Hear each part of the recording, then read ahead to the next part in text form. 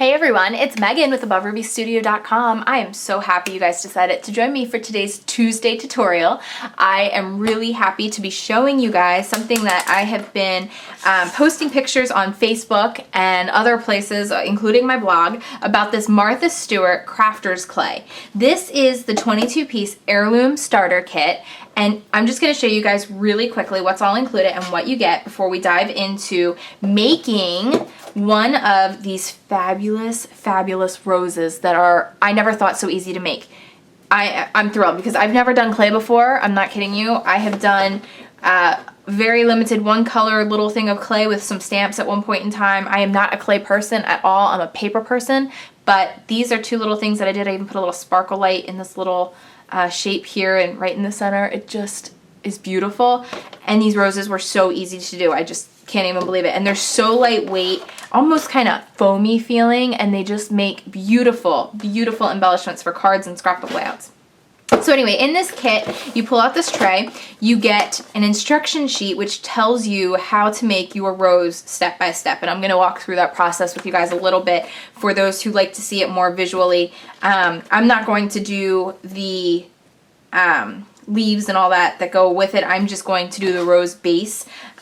But you can follow the instructions here to do that. And I did this, my very first one, start to finish in like 20 minutes or so. Really easy. It also has this entire color chart. So when you get your clay, you're gonna have a big pack of white. And you can see how much I've used already. I've been making roses and all kinds of things left and right. I've made 5 roses so far. Started another project here and I used, 2/3 of the bag, I guess you could say. You get a big bag of the white because the white's going to be the one you use most.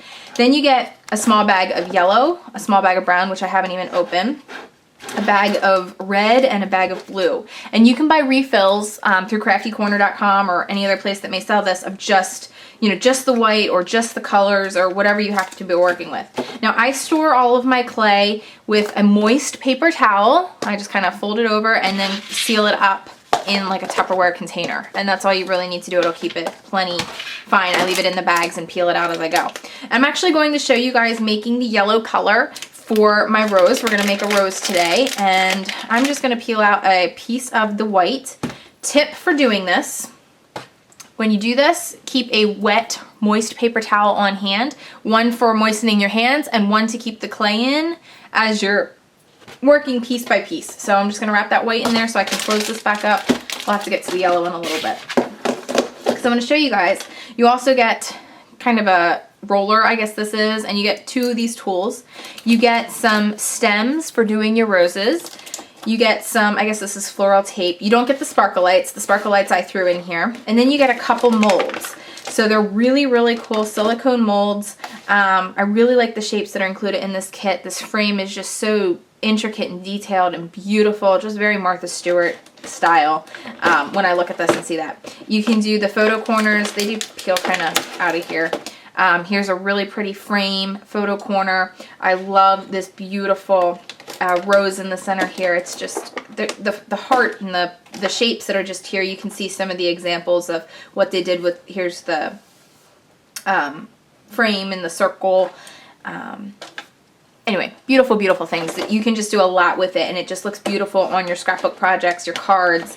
And again, so lightweight. It's not a heavy, thick anything. It's like paper. It's paper light, paper thin, however you work with it.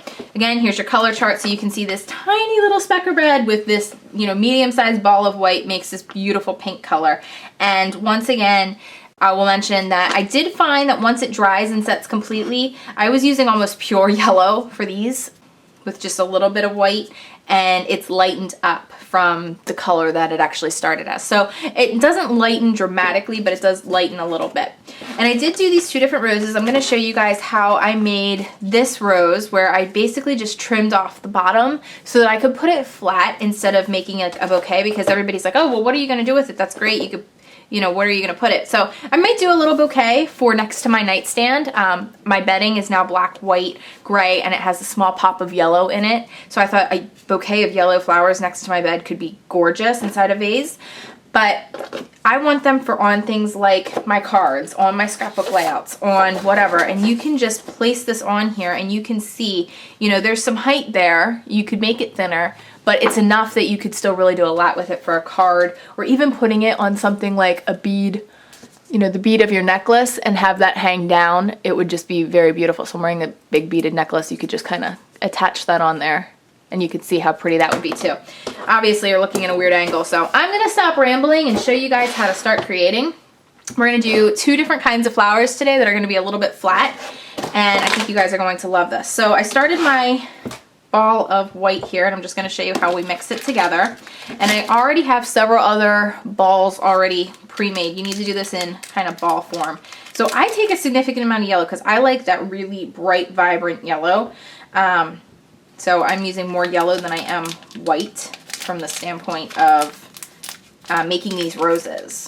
So like I said, you can see how bright this yellow is, and you can see how it dried into this softer yellow, which is really nice and pretty, especially for home decor. Store it back in here, wrap it all up, keep it all safe, close it, use this wet paper towel. You're going to want to keep it moist. So even like rolling it on the paper towel while you're working it in your hands to blend it all together really helps you out a lot.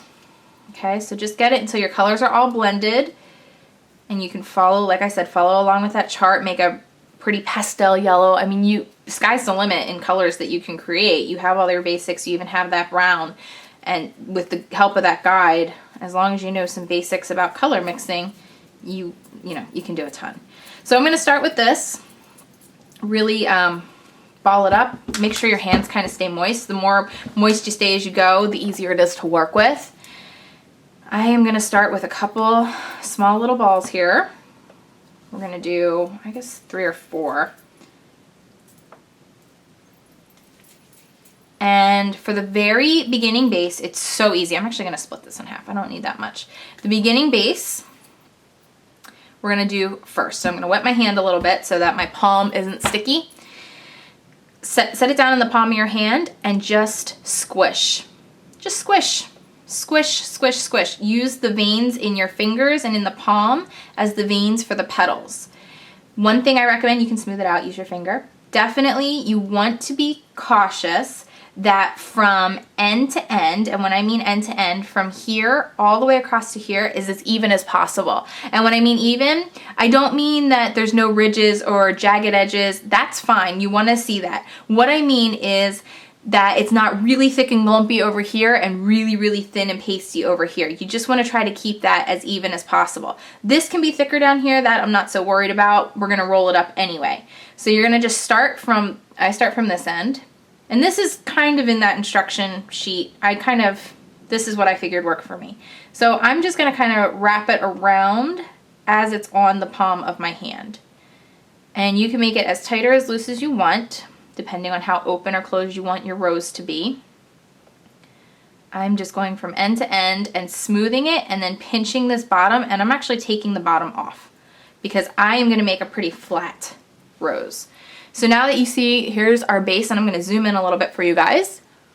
Okay, so that is now the center of my rose, and I'm just going to kind of pinch it, and then you can use anything. This was included, and I use the little ring here that was included in the kit for the floral tape. I just set it inside of there so that it's kind of standing up and it's not getting flattened on one side as I'm working with the next ball. So you want to keep your other balls covered while you're working. We're going to do the next petal. So while we do that, we just put it back in our hand again and we finger it and press it until it forms into that shape of a petal, which is almost that, you know, think about the petals of a rose and you can really kind of see that almost U shape start to form in your palm. You don't want a perfect circle. You don't really want an oval, you want a petal. And that kind of is flat on the bottom and has some turns and curves in it, just that smooths around. So you can kind of smooth that out. It's not really a big deal across the bottom. And really the variations that you get in the top there really just make that flower unique. So you want to peel it off your hand. Now where this kind of finished wrapping is where we want to start wrapping again. So I'm going to just raise it up ever so slightly I'm going to pinch around the bottom as I just pull my petal right around. Okay? Now you could start forming this and shaping this as you go into the size of, you know, a real rose, so that you're sculpting that bottom, you know, into that flower shape that you shape, kind of like this one is, kinda. All right, so you can really see this petal starting to come to life. And you can see there's a little bit of like a variation there. It kind of ripped a little bit or tore. I think that looks beautiful. If you want to be really perfect about it, just leave it a little bit thicker so that doesn't happen as you peel it off. But I like the thin, you know, delicate look. Now, I'll use this tool to kind of go in and peel it away from the other layers if you need to. You can just kind of go in and swoosh it around and just be very delicate and gentle that you don't cause any lines or creases that you don't want. But it's really that easy to work with, and I'm telling you, I did my very first one in 20 minutes and I've never really worked with clay before in my life. This is the Getting Started Clay Paper Crafters Clay 110%. There is nothing fancy or special to it. You don't need to have all kinds of extra tools, and you know, you might find that, oh, I'm really into clay art now, and you start getting involved in a new hobby altogether, which I'm sure some people would be like, no, I don't want a new hobby. And I kind of thought the same thing. My hands wasn't quite moist enough, so it ripped. So just re-moisten your hands a little bit. You don't want this to dry out as you're working. It just starts kind of ripping and tearing, and it gets really, I don't want to say hard, it just gets harder to work with. It completely hardens in about 24 hours, and if you find you like the shape along the bottom, just flip it over, because I happen to like that shape along the bottom there better, and I feel like I could work with it more, so I'm just flipping it. You don't want to go too broad across, so if you feel like it's going too broad across the full palm of your hand, it's no longer really the size of a rose petal, and then it just wraps too far around your flower base. So you can smooth it out, bring it back together, do what you need to do. Again, just making sure I'm getting, you know, about the same thickness there as I am across here. I like the veininess in my hand as the veininess of the flower. Starting along this side where I kind of left off, the highest point is going to be where I left off. Holding it in, wrapping it around, letting that petal kind of come together, and then just bending it down. It really is that easy. And then you're just going to repeat this 7 times with 7 different balls, and you're going to get a completed flower like this when you're all done. So I'm going to finish this real quick. I'll let you guys watch me do one more, and then I'm going to show you peeling off the bottom. I just don't want to take up all your day with me making a rose. So do one more. And then I have one other, I think, kind of cute idea that if this rose is too intimidating, because I know when I saw this out at CHA, I saw the guy sitting at the table making this, and I was like, yeah, right, I am not a clay crafter. I'm never going to make a rose. That's never going to happen. And I legitimately said that. You could ask Britton. I was like, no, that's not going to happen. And then I got this kit, and I felt adventurous, like, oh, well, what do I have to hurt to, you know, give it a try? If I hate it, then I don't touch it again. And I gave it a try, and now I'm like addicted. And it's so therapeutic too, playing with this clay and just shaping it into something so beautiful and unique as a rose. Really, really mean that. Okay, so you're just going to kind of pinch it around the bottom as you go. And you can just see, it really comes together just so beautifully. Let's grab the next piece here. These are ones I had pre-done.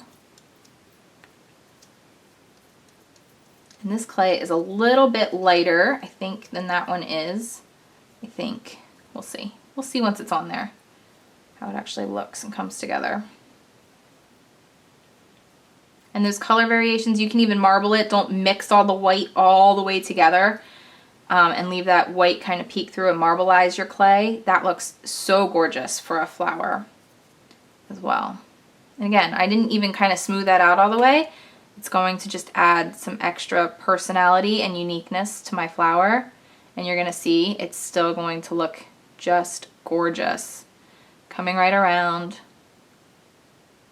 feathering off lightly. Again, that edge to edge thickness, really important. How gorgeous is that coming along? Oh, okay. I'm gonna fast forward to, through to the end of making this rose to show you how I cut off the bottom. Okay, now you can see I'm coming to my last petal that's gonna go right around here along the bottom just to kind of even it out so it doesn't look like elephant ears. So let's do that real quick. And really, you guys missed about 3 minutes of time. I probably could have just showed you start to finish, but I didn't want to bore you, for those of you who just want to see how to do the ends, because I'm just repeating the same process over. I'm just balling it up and smoothing it out in my hand. As you get towards the end, you can make some of the petals a little bit bigger, but really you don't want to go too crazy because you just want to wrap it up higher. You don't want to wrap it around and around further, if that makes sense. So I'm smoothing some of the veins out of my hands just because we don't want it to look like a handprint, but really I'm leaving most of the veins in there. All right, and I'm just gonna kind of start halfway around, bring it right around, let it kind of fold over, and then you just kind of place it in place by itself, let it kind of fall, and you curl it out a little bit so that it's really petal-like and holding on to where you want it to hold on to. And there is your completed rose. Now, once you get to this point, I'm gonna fold this over a little bit, you have a lot of excess here. So you can really shape this into the shape you want it to be, bring up your petals, bring up your leaves, do whatever you wanna do. However, what I like to do is reuse this because I don't need it to be 3D for paper crafting. I want to use it for other things. I want to use it flat. So you just want to go up. Once you make sure everything is secure as close to the top as possible, so things are smooth, you have things tight together here, all the way around, you're going to just go in with a pair of scissors or a knife, hold on to it tightly, okay? Snip it off.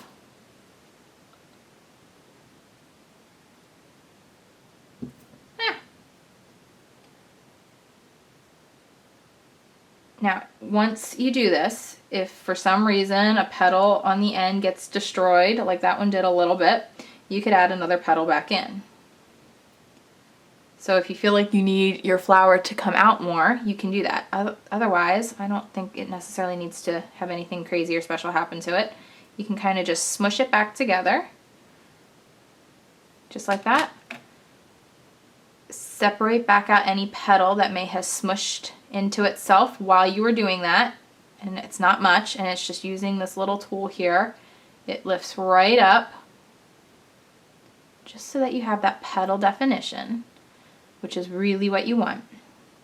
You can go back in and smooth the underneath, and then you're just going to let this dry, just sitting on a desktop or anywhere that you need it to sit, for about 24 to 48 hours. Just to harden dry. And it's still, like, this one has been sitting for 24 hours now. It has a little bend to it. It's still a little bit flexible. You can see I did the center really tight. I like wound it really tight just to see how tight I could get it and what I wanted it to look like, and really played with that. You can see it's pretty flat on the bottom. It's still a little softer in that center where there's that big chunk, but really it's ready to go and it's dry. Even this one's been sitting for about 48. This is completely hard, but it is so lightweight. Like, I don't know how to describe it to you until you touch it and feel it. I've never felt anything like it. I always think of clay as just being like this heavy, harsh, hard thing, and this is just so light and beautiful.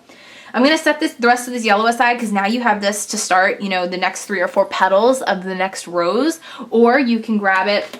I have this other set. I grabbed an extra set. There are many, many other beautiful, beautiful, beautiful molds that are out there. I love the stars and I love the little embellishments of this one. To show you guys really quick, when you have multiples on one, I had found it best to do only one at a time. So for example, if I wanted to do all 3 of these, just do one of the shapes at a time. You don't want to try to smush them in all because getting them back out can be more difficult. At least that's what I found. Now maybe if you're really good at working with clay, you feel completely different about it, and I'm just crazy, and you know, you don't have to take my word for it. I just found this is what works best for me, and I'm not a clay crafter. So I'm just smushing it in, wiping away the excess with my finger. That's also what part of this tool is for, and this is how you could do multiple colors as well. You can put like a single layer in and peel out the rest, and you know, you can just do all kinds of fancies. So I get that in, get it as even as possible. You can go across over it with your little tool, make sure it's like even. If you're really worried about it, like press it out even. Wipe away the excess with your finger or the tool. Then you're just going to carefully pop it out, just removing it, peel it back, peel the mold back kind of thing. Plop it on your desk without smushing it.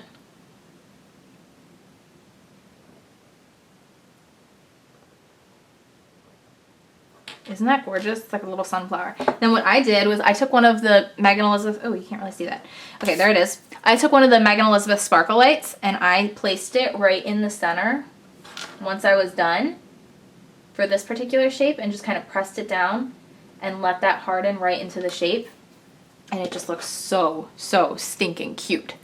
So there that is. That's gonna harden and dry, and you don't want to move it too much while it's drying because otherwise you can risk rolling it, which I just did a little bit. So just smooth that out. Smooth it out. Set that over there out of my way. Now I want to show you one other thing. We're going to do this really, really quick because I was inspired by Lisa Pavelka, who is actually a brilliant Pardo clay crafter. She actually does a lot of work with Viva Decor. I'm going to remove this from here and stick this in my...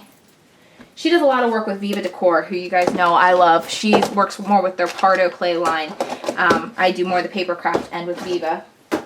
And she did something that she posted a while back that really inspired me because it's something that we do as paper crafters all the time. We make our layered flowers and we do that with circles. And we use lots and lots of circles and we layer up all kinds of different colors and shapes and patterns of paper, and we make beautiful circles, layer them on top of each other, and then we call it a day, and that's a flower embellishment. Well, what I thought I could do today was take some of this clay that I mixed different colors with. Now this is just the white, a little bit of red, and a little bit of blue, and I made these different shades of purple and pink. I'm going to start with my darkest shade, and I'm going to moisten my hands a little bit because this has been sitting here. Don't want it to dry out. Okay, so moisten your hands. You don't want to be wet though, because if it's wet, it gets really hard to work with. So what I'm going to do is I'm going to do kind of an idea based off of something that she did a while back, and I'm just going to make some circles with my clay. And I'm not doing intense circles. I'm doing like wonky circles because I feel like that's how it's going to look the prettiest. So I'm going to just take each and every color here and go back and forth with sizing. So I have different size balls and I'm just smushing it between my fingers and my palms of my hands, and I'm making circles. Now, I've never done this before, so you guys are going to see my trial and error right here, but I thought if Lisa can do it, and she's a brilliant clay artist, I'm probably offending her right now because I've never done clay before. I thought, well, why can't I do it? I do it with paper all the time. Let me see if I can do it with Martha Stewart clay, and I think I can. So it's not going to be perfect circles, and it's going to be like your Cricut circles. That was a slam. I'm sorry. I didn't really mean it, ProvoCraft. Yes, I did. Okay, so we're going to make this, and we're just going to keep making these circles, and I'm going to lay them out one at a time. Anybody watching this that does clay is probably having a heart attack right now. So if you do clay and you're watching, I'm really sorry. I am letting some of it fold over because I feel like it gives that crinkled look just like we give to our paper.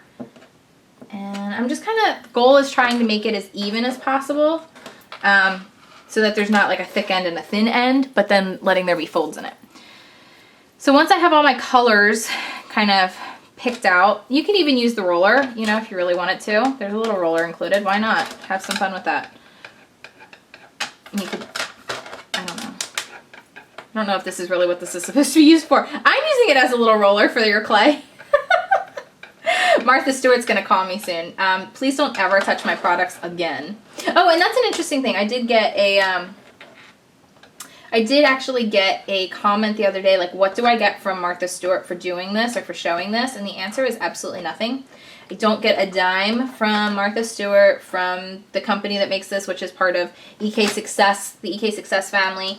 I purchased this clay kit from Crafty Corner, just like any one of you would. And I'm showing you guys because I learned about it and I think it's awesome. So just so you guys know, you know, for those of you wondering, I will let you know if it's something, like sometimes companies will send me things and it's never, almost never, I don't think it's ever been for money. It'd be nice if it was. It has been for free product from time to time. And if you're really, really particular about your circles and you're really worried about it, then by all means, grab, what can you grab?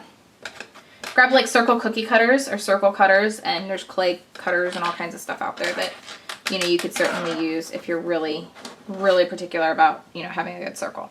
Okay, so now I'm just gonna start with my thickest one, or my biggest one, and I'm going to crinkle the edges a little bit. Just like bring them together and fold them over and make them pretty. And not really worried about what the center is doing, because we're gonna kind of press that out when we're done. Okay, so do that. Now I'm gonna grab this one next. I think there's a little too much here, so you could just kind of peel away some of it. Again, fold it over. Let it kind of be what it's going to be. Scrunch it together. This is what we do with paper, so why not do it with clay? And that's kind of the whole point, is that I really wanted to show you guys is that this can be done. Even if you're a paper crafter, you can certainly use mediums like this to create an embellishment for your paper crafts. So now I'm just pressing it down in the very center. I don't want it to kind of fold in or up too much. Just enough. Let's see here, can we use this one? Let's use this one. Okay, and again, folding over, scrunching it up, crimpling it, bending it, not being afraid of it. I think that's the key, is just not being afraid, because you can't really mess it up. There's nothing to mess up. If you hate the way it looks, you crumple it back up and you start all over, which is not as easy to do with your paper crafts. Just saying. Not as easy once you scrap the paper, your paper's done for once you cut it. This you can kind of sprinkle it, scrunch it back all together. And this is no way, shape, or form going to look near as beautiful as what Lisa could do, ever. Ever, but I think you're going to get the idea of just how pretty this is going to come together once it's all said and done. And I'm just kind of going various shades of this purple and this pink. But you could definitely do greens and blues and just mix up the colors that you like. I'm going to leave this a little bit more whole. I'm not going to scrunch it quite as much. I'm just going to let the edges be a little bit more ragged and scrunch them out this way, because I don't have as much of it, and I'm just going to set this in the center. Again, pressing down the center. I'm worried more about the center and making sure that's like kind of adhering everything together, not the edges, because I want the ends to sort of fold around each other and just make this really beautiful kind of rosette, you know, our layered rosettes that we love doing so much. Okay, the pink, I'm going to go back in and I'm going to scrunch and fold and bend, because this pink is just so fun and beautiful. It's a great bright color. How fun is this? Now in the very center, I was really thinking, and I think I'm still going to do it because I think there's enough room. If I just sort of play with this and press this out, right in the very center, I'm grabbing a Megan Elizabeth Sparkle Light. I'm going to get that into place. I'll use this little tool here to sort of place this down in. Press it down. And that's going to add that center bit of spring and pizzazz and bling right to the center. Let me get all these things out of the way so you guys can see really quickly and beautifully how we made these wonderful little things today, all using the Martha Stewart Crafters clay. I really hope that you guys enjoyed and you have an absolutely fabulous day. I'll see you again soon at AboveRubyStudio.com. Bye-bye.